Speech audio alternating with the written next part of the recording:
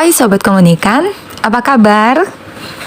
Selamat datang di channel saya, kembali bersama dengan saya, Miss Henny.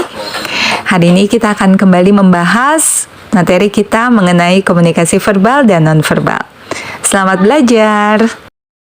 Itu terjadi. Berikutnya, komunikasi nonverbal yang kelima adalah kontak mata.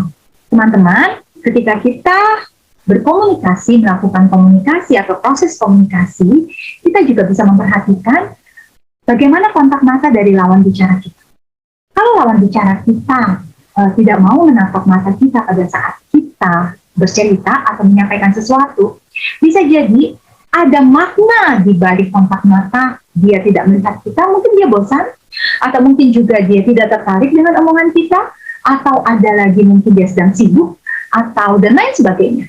Jadi hanya melalui kontak mata yang sangat simpel, itu terungkap berbagai macam makna yang bisa teman-teman tangkap dalam proses komunikasi.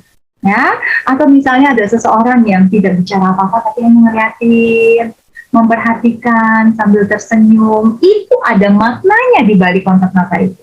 Jadi silakan coba teman-teman perhatikan, ketika teman-teman berbicara, perhatikan kontak mata dari lawan bicara teman-teman. Pasti teman-teman bisa menangkap sesuatu di balik ucapan, di balik kontak mata yang terjadi pada saat teman-teman melakukan komunikasi.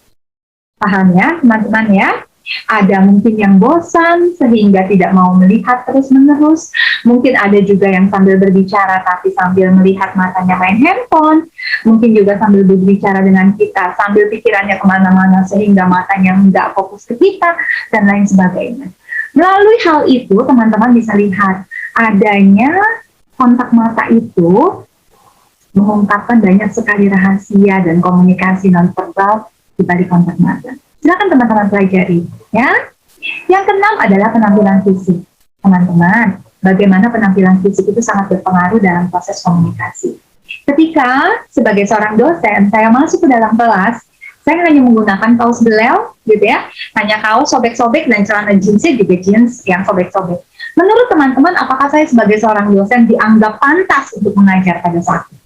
No, otomatis tidak. Dan mahasiswa saya yang pada saat itu misalnya tidak mengenal saya sebagai dosen di semester sebelumnya, dia pasti akan memandang rendah. Kenapa? Karena penampilan fisik saya tidak mencerminkan bahwa saya adalah seorang dosen. Penampilan fisik saya, baju saya, outfit yang saya gunakan tidak menunjukkan bahwa saya adalah sebagai seorang dosen. Paham ya teman-teman ya? Jadi penampilan fisik itu kita bisa melihat, sekalipun dia tidak bicara, sekalipun saya tidak menangkap omongan atau ucapan dari mahasiswa saya yang bilang, ih kok dosen kayak begitu, ih kok dosen nggak sopan banget ke kampus cuma pakai sandal misalnya gitu ya. Dari tatapan mata saya bisa lihat mereka merendahkan saya. Dari cara mereka merespon sapaan saya bisa tahu, saya bisa menangkap bahwa mereka merendahkan penampilan saya. Karena memang apa teman-teman? Memang dalam penampilan fisik itu sangat mempengaruhi bagaimana kita berkomunikasi. Bagaimana kita menghargai lawan bicara kita. Contoh, ketika kita bimbingan skripsi. Pada saat saya membimbing mahasiswa saya bimbingan skripsi, gitu ya, ketika kita masih di kelas sebelum pandemi ini, mahasiswa saya datang di dalam kelas itu menggunakan pakaian yang resmi, menggunakan pakaian formal. Nggak boleh mereka cuma pakai tank top dan celana pendek, terus ketemu saya bimbingan skripsi. Saya akan berpikir, ini anak tidak sopan sekali ya, gitu. Ataupun sebaliknya, ketika saya menyapa mahasiswa saya, mengajar di kelas, saya pun hanya menggunakan sandal jepit misalnya, dan saya hanya sekedar aja pakai bajunya, itu pun akan menimbulkan penampilan fisik saya yang tidak mumpuni sebagai seorang dosen. Kita akan melihat, oh orang ini ternyata begini, orang ini ternyata begini, karena apa yang kita pakai, itulah penilaian orang terhadap kita.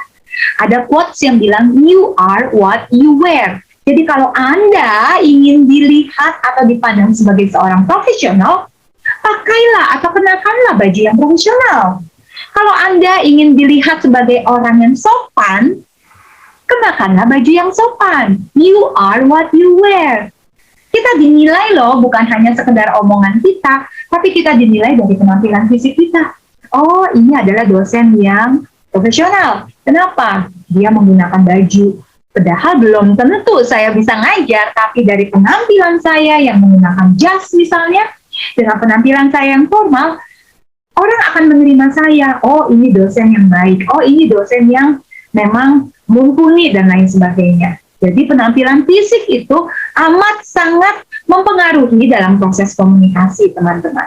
Ada banyak makna yang bisa teman-teman ungkap dan temukan dari penampilan fisik seseorang. Paham ya teman-teman ya? Mulai sekarang coba teman-teman perhatikan dalam komunikasi nonverbal ini, ketika teman-teman ketemu dengan orang gitu ya, ketika teman-teman bicara dengan lawan bicara teman-teman, coba perhatikan penampilan fisiknya. Apakah dia bewokan gitu ya, terus kemudian rambutnya kusut, berantakan, kita akan melihat bahwa dia adalah orang yang tidak bisa mengurus dirinya sendiri. Padahal dia nggak bilang bahwa saya nggak bisa mengurus diri saya loh, tapi di pikiran kita bisa menangkap gitu. Ya, itu yang disebut dengan komunikasi nonverbal.